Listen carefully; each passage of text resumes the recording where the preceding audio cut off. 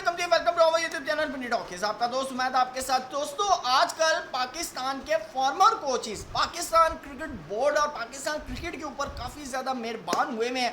जी हाँ, जैसा कि आपको बताता चलूँ कि बहुत दफ़ा देखने को मिला है कि जेसन गिलेस्पी जो है पाकिस्तान क्रिकेट बोर्ड के परखचे उड़ा रहे होते हैं, लेकिन अब स्नैरियो तरह डिफरेंट हो गया। अल्लाह खैर करे, मुझे इसकी कुछ समझ नहीं आ रही। कल जैसे कि गैरी क्रिस्टन ने पाकिस्तानी प्लेयर्स से बड़ी मोहब्बत का इजहार किया और बड़ी यानी कि तारीफ़ें की हैं। मैं अप्रिशिएट करता हूँ गैरी क्रिस्टन साहब को, और उन्होंने कहा है कि अगर मुझे कल भी मौका मिला आज़ादाना कोचिंग करने का तो मैं पाकिस्तान ज़रूर जाऊँगा। लेकिन अब मैं आपको बताता चलूँ कि पाकिस्तान के फॉर्मर रेड बॉल के हेड कोच जेसन गिलेस्पी ने एक दफ़ा फिर इंटरव्यू दिया है और उन्होंने इस दफ़ा बात की है माइक हैसन, जो कि इस वक्त के पाकिस्तान के वाइट बॉल के कोच हैं।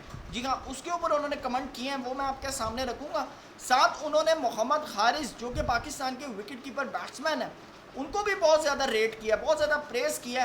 क्या अपडेट आ रही है, तमाम चीज़ें आपके सामने रखेंगे। चैनल पर नए आए हैं तो चैनल को सब्सक्राइब करें, वीडियो पसंद है तो लाइक भी करें और कमेंट सेक्शन में अपनी कीमती राय से ज़रूर आगाह कीजिएगा। दोस्तों, आपको बताते चलें कि जेसन गिलेस्पी जैसा कि पाकिस्तान से गए हैं और उसके बाद फिर उन्होंने पाकिस्तान क्रिकेट बोर्ड की मैनेजमेंट के परखचे उड़ा के रखे। अच्छा, मज़े की बात है कि जो भी कोच जाता है ना, प्लेयर से बहुत प्यार करता है। हमारे प्लेयर्स बहुत अच्छे हैं, लेकिन ये जी साड़ी मैनेजमेंट है ना भाई, इसका इन्फ्लुएंस इतना ज़्यादा होता है कि बेचारा कोच कहता है यार मैं प्लेयर्स को संभालूँ या मैनेजमेंट को संभालूँ।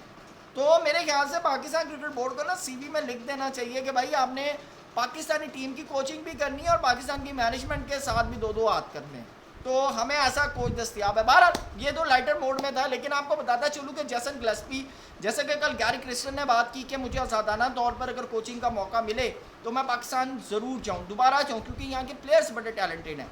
जेसन गिलेस्पी ने भी कुछ ऐसे ही कहा। उन्होंने कहा कि पाकिस्तान के अंदर टैलेंट बहुत ज़्यादा है, यहाँ के लड़के सीखना चाहते हैं, यहाँ के लड़कों के अंदर टैलेंट है, यहाँ के लड़कों को कोई बात बताओ वो उसका अडेप्ट करते हैं और उसको यूटिलाइज़ करते हैं। और उन्होंने कहा मुझे नहीं लगता कि पाकिस्तान के किसी भी लड़के को हमने कुछ सिखाया और उसने आगे से मुंह बनाया हो, ये जेसन गिलेस्पी कह रहे हैं। उसके बाद उन्होंने सबसे ज़्यादा रेट किया मोहम्मद हारिस को। उन्होंने कहा मोहम्मद हारिस एक डिफरेंट किस्म का लड़का है, बड़ी ज़बरदस्त किस्म की इसकी बैटिंग है, बड़ी ज़बरदस्त किस्म की क्लास है। और उन्होंने कहा मैं माइक हैसन को अप्रिशिएट करता हूँ कि उन्होंने मोहम्मद हारिस को पाकिस्तान की टीम के अंदर लिया। और फिर आपके सामने है कि बांग्लादेश वाली सीरीज़ के अंदर उन्होंने बड़ी ज़बरदस्त किस्म की बल्लेबाजी की, ख़ास तौर पर फाइनल के अंदर उन्होंने 100 भी किया।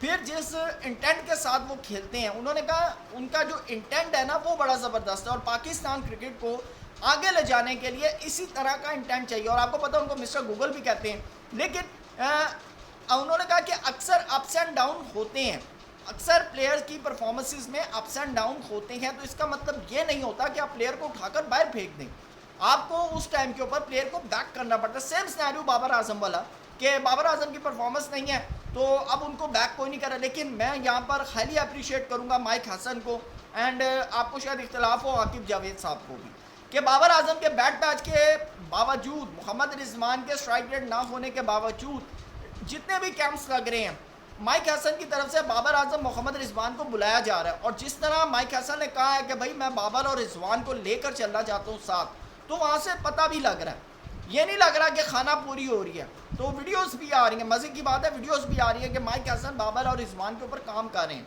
उन तो ये ना समझना कि माइक हसन जो है वो फेमस होने के लिए काम कर रहा है। माइक हसन कोच है भाई, तो उसका काम ही यही है। तो अगर वो बाबर और रिजवान का स्ट्राइक रेट बेहतर कर देता तो आप लोगों ने फिर ऐसे करके डांस करने हैं। बहरहाल आपको बताऊं कि उन्होंने यानी कि मोहम्मद हारिस को बहुत ज़्यादा अप्रिशिएट किया, लेकिन साथ माइक हसन के ऊपर भी उन्होंने बात की। उन्होंने कहा मैंने माइक हसन के साथ काम किया जिम्बाब्वे की, जब मैं कोचिंग कर रहा था, लेकिन मेरा कोई पर्सनल कॉन्टैक्ट नहीं है उनके साथ, लेकिन मैंने माइक हसन के साथ काम किया। और उन्होंने कहा कि माइक हसन जैसे बंदे के बारे में मैं एक बात जानता हूँ कि अगर अननेसेसरी इन्फ्लुएंस ना हुआ, अननेसेसरी इन्फ्लुएंस ना हुआ, तो उन्होंने कहा आप देखिएगा कि पाकिस्तान की क्रिकेट को माइक हसन उस जगह पर लेकर जाएगा कि आप लोगों ने सोचा भी नहीं होगा। ये देखें, ये वही बात हो रही है जो अभी गैरी क्रिस्टन ने कल की है। उन्होंने क्या कहा कि मैं पाकिस्तान की कोचिंग करने के लिए तैयार हूँ, लेकिन इंटरफेरेंस ना हो। तो सेम सिनेरियो जो है वो माइक हसन के साथ भी है।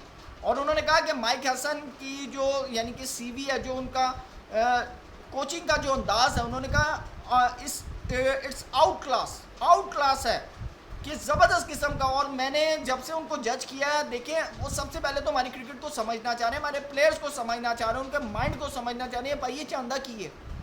तो कोच होता ये है, यानी कि आप अगर पाकिस्तान के कोच देख लें तो आज तक कभी भी किसी कोच ने हायर होने के बाद लड़कों का कैंप नहीं बुलाया और उनसे इंडिविजुअली तौर पर नहीं पूछा भाई तुझे क्या चाहिए, तेरा प्रॉब्लम क्या है।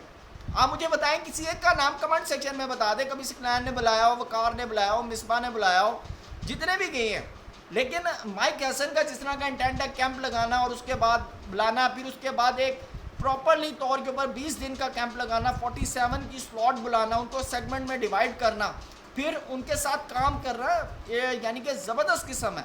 इसकी आप जितनी तारीफ़ करें मेरे ख्याल से नहीं मिलती। तो बहरहाल माइक हैसन ने, जैसन ग्लेस्पी ने माइक हैसन की कोचिंग को बहुत ज़्यादा प्रेस किया। उन्होंने कहा कि जिस सिस्टम से वो उठकर आए हैं तो उस सिस्टम से अगर पाकिस्तान उस सिस्टम के ऊपर चल पड़ता है तो वो दिन दूर नहीं है कि दुनिया में एक दफ़ा फिर पाकिस्तान की क्रिकेट का वही रुतबा, वही मुकाम होगा जिसको पाकिस्तान क्रिकेट छोड़ कर आई है। दोस्तों आप कितना एग्री करते हैं गैरी जैसन ग्लेस्पी की बातों से, कमेंट सेक्शन में ज़रूर बताइएगा। Thank you so much. अल्लाह हाफ़िज़।